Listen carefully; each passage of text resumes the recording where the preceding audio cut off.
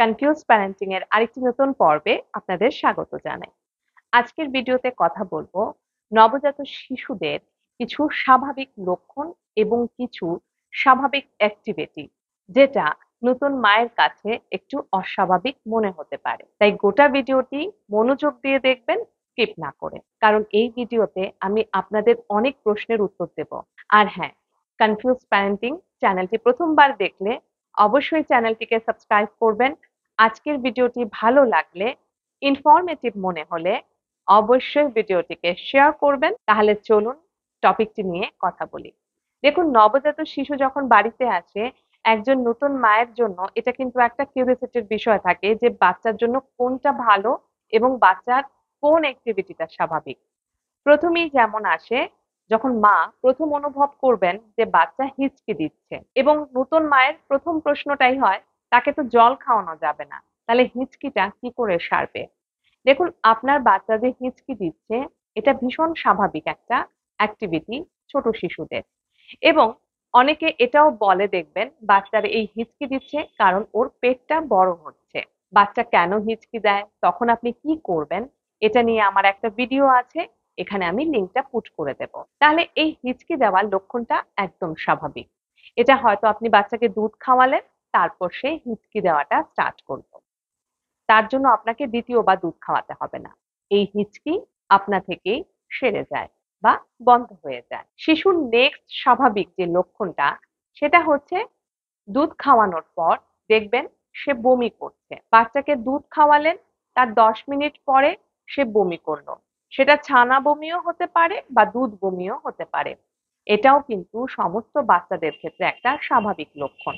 কোনো বাচ্চা পরিমাণে একটু বেশি বমি করে, কোনো বাচ্চা পরিমাণে একটু কম বমি করে, কিন্তু বমি করবে, এটাই স্বাভাবিক। বমি করার কতগুলো সাধারণ কারণ হচ্ছে, আপনি যদি ওকে অনেকটা বেশি খাইয়ে দেন দুধ, তাহলে সে বাড়তি দুধটা বাইরে বের করবে। আরেকটা কারণ হচ্ছে, দুধ খাওয়ার আগে শিশুটি যদি খুব কান্নাকাটি করে, তাহলে কিন্তু ওর কান্নার সঙ্গে ওর পেটে হাওয়া চলে যায়। আর বাচ্চাকে যখন আপনি দুধ খাওয়ালেন, তখন তার পেটে একটু গ্যাস ফর্ম হয়ে যায়, যার দরুন তার দুধ বাইরে চলে আসে।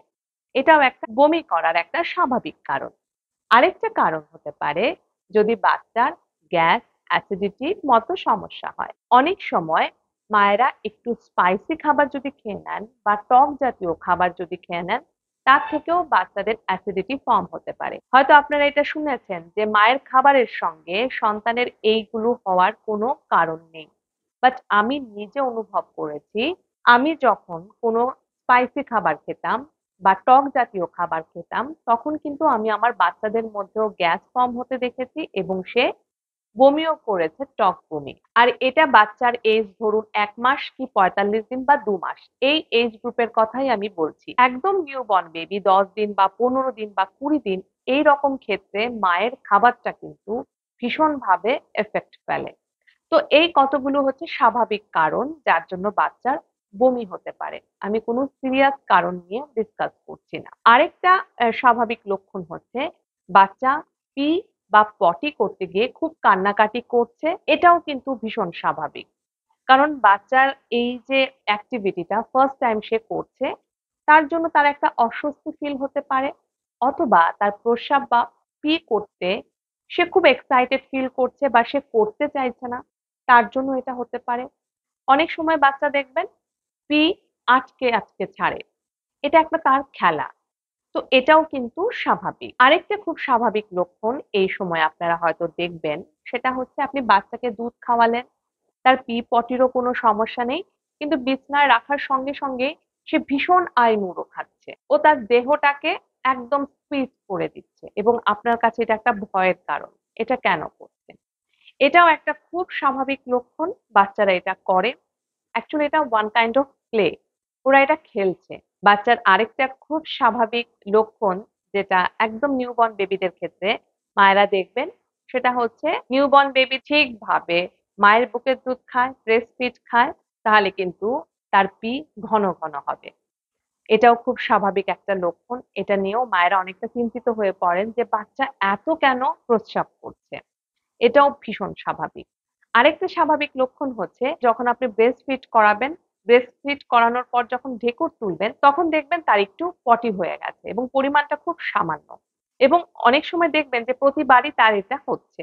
এটাও কিন্তু খুব স্বাভাবিক লক্ষণ ছোট বাচ্চাদের ক্ষেত্রে।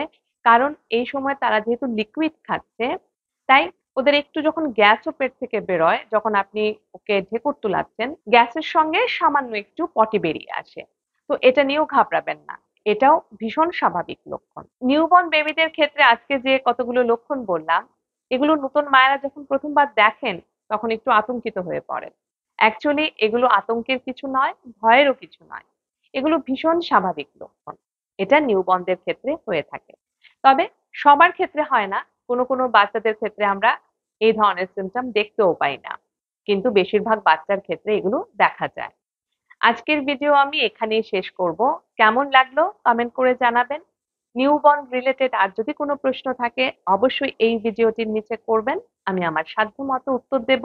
আমি আমার এক্সপিরিয়েন্স আপনাদের সঙ্গে শেয়ার করব। আজকের ভিডিও আমি এখানেই শেষ করছি। আগামী পর্বে আরো কিছু টিপস, ট্রিক্স এবং আমার এক্সপিরিয়েন্স আপনাদের সঙ্গে শেয়ার করব।